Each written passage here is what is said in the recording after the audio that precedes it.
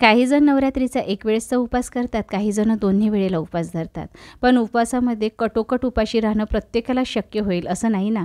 आणि उपवासामध्ये साबुदाणा खिचडी, 30 ते वरीचे तांदूळ खाऊन खाऊन किती खाणार, कंटाळा येतो ना.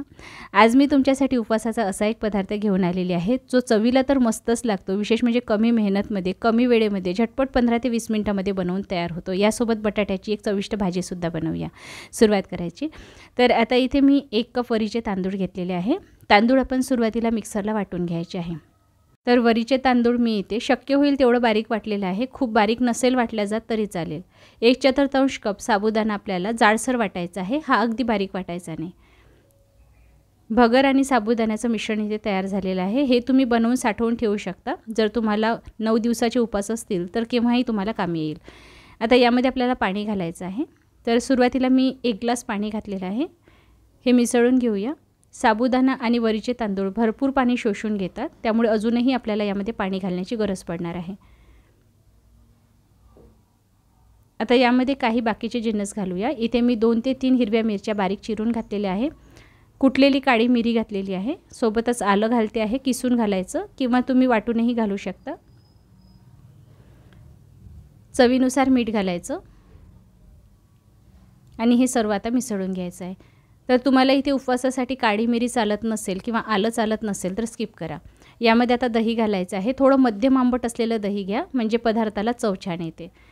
हे सुद्धा आपण एकदा मिसळून घ्यायचं आहे. बघा इथे पाण्याचं आणि दह्याचं जे प्रमाण आहे ना, ते तुमच्या अंदाजानुसार थोडं कमी जास्त करता येईल. फक्त बॅटरनं जास्त पातळ करू नका, दाटसरच ठेवायचं आहे. हे मुरण्यासाठी आपण 5 ते 10 मिनिटासाठी बाजूला ठेवूया. तोवर एक वाटण तयार करायचं आहे. हे वाटण आपण ना भाजीला घालणार आहोत. तर इथे मी सुकं खोबरं, मूठभर भाजलेले शेंगदाणे, कढीपत्ता घातलेला आहे, 2 हिरव्या मिरच्या, 1 चमचा जिरे सुरुवातीला वाटून घ्यायचं. आता यामध्ये दही घालायचं आहे. भाजीला मस्त चटपटीत आंबट चव देण्यासाठी मी दही घालते आहे. तर इथे वाटण तयार झालेलं आहे. आता कढईमध्ये 1 ते 2 पळी तेल गरम करायचं. तेल नीट गरम झाल्यानंतर यामध्ये आपल्याला जिरे घालायचं आहे. उपवासाला जे पदार्थ तुम्हाला चालत नसतील ना ते स्किप करा. मी कढीपत्ता घातलेला आहे. बरेच जण कढीपत्ता उपवासाला खात नाही, तर तुम्ही स्किप करू शकता.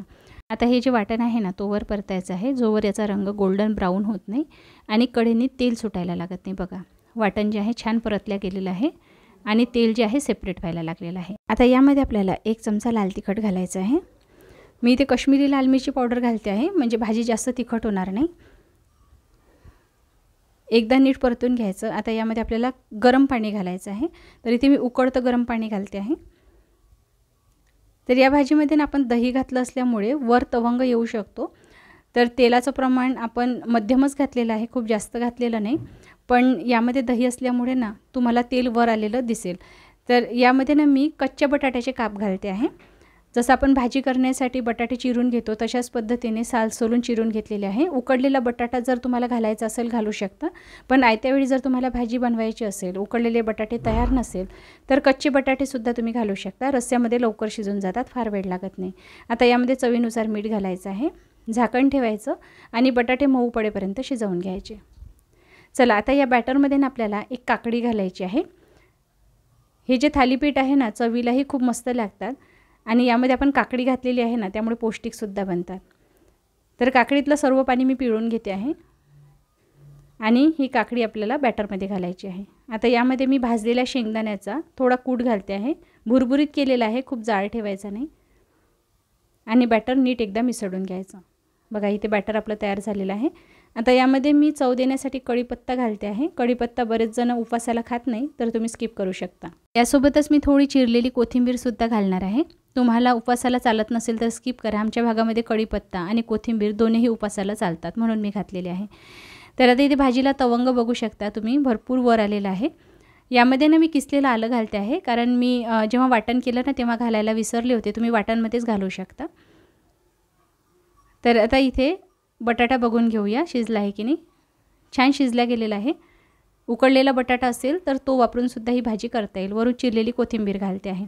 आणि हा जो तवंग तुम्हाला दिसतो आहे ना, हा दही घातल्यामुळे वर आलेला आहे. भाजीमध्ये आपण तेल फार जास्त घातलेलं नव्हतं. तुम्ही दही जेव्हा भाजीला घालता ना तेव्हा भाजीला तवंग भरपूर येतो आणि भाजी तिखटसुद्धा नाही आहे. फक्त कलरचं लाल तिखट घातल्यामुळे रंग खूप डार्क आलेला आहे. आता काय करायचं, एखादा नॉनस्टिक पॅन घ्यायचा, यावर थोडं तेल ब्रश करून घ्यायचं आणि 1 चमचा बॅटर घालायचं. आणि अशा पद्धतीने पातळ पसरवून घ्यायचं, खूप जाड असं ठेवू नका। गॅस मध्यम आचेवर ठेवायचा आहे आणि एका बाजूनी थालीपीठ आपल्याला छान शिजवून घ्यायचे आहे। त्यासाठी काय करायचं, झाकण ठेवायचं आणि 2 ते 3 मिनिटासाठी एक वाफ काढून घ्यायची। बघा वरील बाजू कोरडी झालेली आहे। आता या कोरड्या बाजूवरनं थोडं तेल लावून घ्यायचं आणि नंतर परतवायचं आहे, म्हणजे थालीपीठाला ना रंगही खूप छान येतो, मस्त खुसखुशीत आणि खमंग असे थालीपीठ तयार होतात। आता दोन्ही बाजूनी मस्त खरपूस होईपर्यंत भाजायचे आहे। आता पहिलं थालीपीठ झालं। पॅन खूप जास्त गरम होता म्हणून मी थोडं पाणी शिंपडून घेतलेलं आहे। सुरुवातीला तेल ब्रश करून घ्यायचं आणि नंतर पाणी घालायचं। तव्याचं तापमान थोडं कमी झालं की नंतर बॅटर पसरवून घ्यायचं। तुम्ही खूप कडकडीत गरम तव्यावर जर बॅटर घालाल ना तर पळीला चिकटून ते उसळून वर येतं। तर दुसरं थालीपीठ सुद्धा याच पद्धतीने मी तयार करून घेणार आहे। बघा इथे हे थालीपीठ आपण नॉनस्टिक पॅनवर बनवल्यामुळे चिकटून बसत नाही आहे आणि तुटत तर अजिबातच नाही आहे। बरेच वेळा काय होतं, आपण वरीचे तांदूळ आणि साबुदाणा अख्खाच वापरतो, वाटून न घेता वापरतो, त्यामुळे थालीपीठ ना बनवत असताना तुटतात। तर अशा वेळी काय करायचं, थोडं पावडर करून घ्यायचं आणि नंतर बनवायचं। आणि यासाठी तुम्हाला साबुदाणा भिजत घालण्याची अजिबात गरज नाही, आयत्या वेळी तुम्ही हे खमंग थालीपीठ तयार करू शकता। आणि तसंही नवरात्रीमध्ये घरात कामाची एवढी लगबग असते ना की उपवासाचे वेगवेगळे पदार्थ बनवण्यासाठी अजिबात वेळ नसतो, हो की नाही। आणि हा पदार्थ कसा आहे, तुम्हाला कुठलीही पूर्वतयारी करण्याची गरज पडत नाही, म्हणजे साबुदाणा भिजत घालण्याची किंवा शेंगदाण्याचा जो कूट आपण घातला आहे ना तोही नाही घातला ना तरीही चालतो। हा पदार्थ तसाही बनवला तरी चविष्ट बनतो। आणि बटाट्याची जी भाजी आपण तयार केली ना, यासाठी बटाटे उकडण्याची सुद्धा गरज नाही आहे, तुम्ही कच्च्या बटाट्यापासून ही भाजी तयार करू शकता। आणि वाटणसुद्धा अगदी साधं सोपं आपण घातलेलं आहे। हा पदार्थ एवढा चविष्ट आहे, ज्यांना उपवास नसेल ना ते सुद्धा तुटून पडतील। दाखवलेली चटणीची रेसिपी मी या व्हिडिओमध्ये दाखवलेली नाही आहे, पण याआधीच्या ज्या उपवास रेसिपी मी दाखवल्या त्यामध्ये चटणीची रेसिपीसुद्धा दाखवलेली आहे। चला तर मग तुम्हाला ही रेसिपी कशी वाटली मला लवकरात लवकर कमेंट करून सांगा। जर आवडली असेल तर लाईक शेअर नक्की करा आणि अशाच नवनवीन रेसिपीज जर तुम्हाला पुढेही बघायची असेल तर घरोघरी अन्नपूर्णा या यूट्यूब चॅनललाही सबस्क्राईब करा, फेसबुक पेजला फॉलो करा। आणि जर का तुम्हाला रेसिपी खूप जास्त आवडली असेल तर तुमच्या फ्रेंड्स आणि फॅमिलीसोबत शेअर करायला अजिबात विसरू नका। आपली लवकरच भेट होणार आहे अशाच एका नवीन रेसिपीबरोबर। तोपर्यंत हा व्हिडिओ शेवटपर्यंत बघण्यासाठी तुमचे मनपूर्वक आभार। धन्यवाद।